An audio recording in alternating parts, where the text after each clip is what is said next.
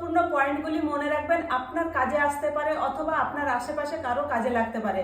প্রথম পয়েন্টটি রয়েছে, আপনার যদি পুজোতে ঘুরতে বেরিয়ে যদি বমি বমি ভাব হয়, তাহলে আপনি এই বৃদ্ধা আঙুলের জয়েন্টে এখানে একটু মাসাজ করে নেবেন 1 মিনিট মতো, আর এই কবজি থেকে 4 আঙুল নিচে এখানে ক্লকওয়াইজ আর অ্যান্টি ক্লকওয়াইজ মাসাজ করে নেবেন 1-2 মিনিট 3 মিনিট করে। এতে দেখবেন বমি বমি ভাব সঙ্গে সঙ্গে ঠিক হয়ে যাবে। যদি আপনার গ্যাস হয়ে যায়, তখন বৃদ্ধা আঙুলের নিচে এই জায়গাটায় 2 হাতে একটু এইভাবে 1-2 মিনিট করে এইভাবে প্রেসার করে নেবেন, হাত দিয়েই করে নেবেন।